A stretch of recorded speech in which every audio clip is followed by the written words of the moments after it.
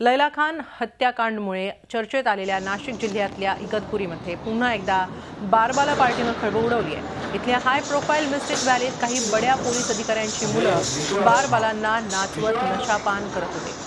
पोलिसांना ही माहिती मिळताच ते घटनास्थळी पोहोचले। त्यांनी पार्टी करणाऱ्या 13 जणांना अटक केली। पृथ्वीराज युवराज पवार, सुमित देवरे, कौस्तुभ जाधव, सुशांत गांगुर्डे, ललित पाटील, शब्बीर खान, जिनदबी हनीफ, राजिया शेख, अंजना मंडल, शहनाज शेख, चिनामा अंजारिया, दनिया, रेहाना सुलतान आणि धर्मेंद्र सिंह अशी या आरोपींची नावं आहेत। पण उच्च स्तरावरून दबाव आल्यानं त्या सगळ्यांना तात्पुरता जामीन देऊन प्रकरण दडपण्यात आलं। त्याचा आढावा घेतलाय आमचे प्रतिनिधी योगेश खरे यांनी।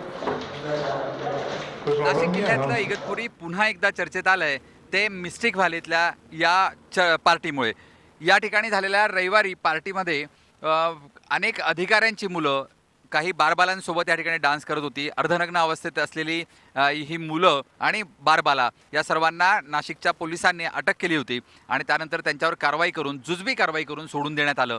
खरं म्हणजे ही पार्टी आक्षेपार्ह अशी पार्टी होती। एका खाजगी रिसॉर्टमध्ये या प्रोफेशनल बारबाला या ठिकाणी बोलवणं आणि त्याचबरोबर नामवंत अधिकारी जे आहेत, नंदुरबारचे पोलीस अधिकारी आहेत, नागपूरचे आहेत, पुण्याचे आहेत, अशा ठिकाणच्या अधिकाऱ्यांची मुलं, काही नातेवाईक या ठिकाणी आलेली होती। एका PWD अधिकाऱ्याचा मुलगाही या ठिकाणी होता आणि या सर्वांनी या ठिकाणी ही पार्टी केली।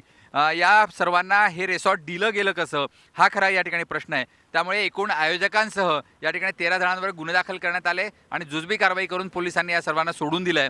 मात्र ही पार्टी अशा पद्धतीनं इगतपुरीत होते कशी? अशा नेहमीच पार्ट्या या विकेंडला या ठिकाणी आयोजित केल्या जातात आणि अनेक आक्षेपार्ह घटना या ठिकाणी नेहमीच होत असतात आणि याच अशाच पार्ट्यांमधून एका लैला खानचं सह अनेक नातेवाईकांचा या ठिकाणी मर्डरही झाला होता। त्यामुळे या प्रकरणातली सखोल कारवाई करणं अपेक्षित आहे। व्हिडिओ जर्नलिस्ट सोनू भिडेसह योगेश खरे, झी मीडिया, नाशिक।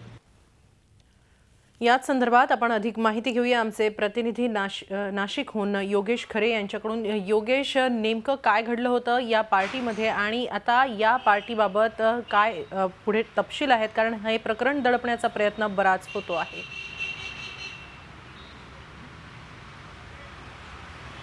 पोलिसांनी या प्रकरणातली जी काही एक 4 चाकी वाहन होतं ते ताब्यात या ठिकाणी घेतलं आहे। अर्टिगा ती गाडी आहे आणि त्याचबरोबर हे जे आयोजक यामध्ये होते, DJ वाजवणारा जो होता, त्यांनाही आता ताब्यात घेतलं आहे आणि त्यांच्याकडून सखोल चौकशीही सुरू आहे। एकूण जर परिस्थिती आपण बघितली तर इगतपुरी हा जो भाग आहे, हा भाग मुंबईवरून खूप जवळ आणि त्यामुळे या ठिकाणी अनेक जण पार्ट्यांसाठी नेहमी येत असतात। खरं म्हणजे मधल्या अनेक काळांमध्ये हे फार्म हाऊस असुरक्षित असल्याचं आपण सातत्यानं हे दाखवलेलं आहे। मात्र या ठिकाणी पोलिसांचा बंदोबस्त कधीही नसतो किंवा या फार्म हाऊसवर कुणाचाही अंकुश नसतो, हे नेहमीच दिसून आलंय। आत्ता जी घटना घडलेली आहे त्या घटनेमध्ये या बारबाला कुठून आणल्या होत्या, कोणत्या प्रोफेशनल या ऑनलाईन त्यांना बुकिंग करण्यात आलं होतं असं म्हटलं जातं आहे। त्याचबरोबर त्या ठिकाणी हा जो रिसॉर्ट आहे, या रिसॉर्टमध्ये मध्ये जाण्याची परवानगी या ठिकाणी कशी मिळाली? खरं म्हणजे रिसॉर्ट असो किंवा एखादं हॉटेल असेल तर त्या ठिकाणी पती पत्नीचा पुरावा असल्याशिवाय एखादं कॉटेज दिलं जात नाही किंवा एखादी रूम दिली जात नाही। मात्र असं असताना या ठिकाणी बारबालामध्ये त्यांनी कशी एंट्री केली, हा पण खरं म्हणजे संशोधनाचा विषय आहे। पोलिसांनी या ठिकाणी जी काही इन्क्वायरी केली आहे त्यामध्ये ज्यांच्यावर गुन्हे दाखल केले आहेत त्यामध्ये नेमकं रिसॉर्टचं जो मालक आहे किंवा रिसॉर्टचे जे काही डायरेक्टर्स आहेत त्यांच्यावर कुणावरही या ठिकाणी कारवाई करण्यात आली नाही। त्याचबरोबर ज्याचा बंगला होता त्याच्यावरही या ठिकाणी कारवाई झालेली नाही। मात्र या लोकांना गुन्हा नोंदवून तातडीने यांना बेल देण्यात आला आहे आणि ही सर्वजण सुटलेली आहेत। त्यामुळे यामध्ये नक्कीच फिशी काहीतरी आहे। पोलीस याबाबत काही बोलायला तयार नाही आहेत। अनेक बड्या अधिकाऱ्यांची ही मुलं असल्याचं बोललं जात आहे, मात्र याबद्दलचा तपशील कुठेही अधिकृतपणे सांगितला जात नाही आहे। त्यामुळे मोठा संशय जो आहे तो या प्रकरणामध्ये निर्माण झाला आहे। का दबाव हा आणला जातोय, का दाबलं जातं हे सगळं प्रकरण, या प्रकरणाचा संपूर्ण खुलासा हा पोलिसांनी माध्यमांसमोर करायला हवा आणि एक्झॅक्टली कोणते कोणते लोक होते, कोणी हा सगळा प्रकार केलेला आहे, आयोजकांवर पण कारवाई करून त्यांचा संपूर्ण त्यांच्यावरची जी कारवाई आहे ती नुसती जुजबी कारवाई न करता कठोर कारवाई या ठिकाणी व्हायला हवी, जेणेकरून येत्या काळामध्ये इगतपुरीमध्ये अशा पार्ट्या करणंची हिंमत कोणीही करणार नाही। नक्कीच योगेश, जसं तुम्ही सांगितलं की या वारंवार पार्टीज होत आहेत, पण याआधी काही अशी उदाहरणं आहेत का की ज्या पार्टीजवर अशी कारवाई झालेली आहे किंबहुना केवळ पोलिसांची मुलं यामध्ये गुंतलेली आहेत त्यामुळे हे प्रकरण किंवा दबाव आणून हे दडपण्याचा प्रयत्न होतोय का? खरं आहे, कारण की मोठ्या अधिकाऱ्यांची मुलं यामध्ये म्हणून दबाव आलेला होता आणि त्यामुळेच हे सगळं प्रकरण दाबलं जात आहे। हे या ठिकाणी इगतपुरीत जे फार्म हाऊस आहेत ते सर्व मोठ्या लोकांचेच आहेत। आज हे जरी प्रकरण घडलेलं असले, हे समोर आलं आहे, पण मात्र अशी अनेक प्रकरणं दररोज या ठिकाणी होत असतात. या ठिकाणी ज्यावेळेस लैला खानचं हे समोर आलं त्यावेळेस खरं हे उजेडात आलं होतं की किती मोठ्या प्रमाणामध्ये या ठिकाणी लोकांनी बंगले घेतले.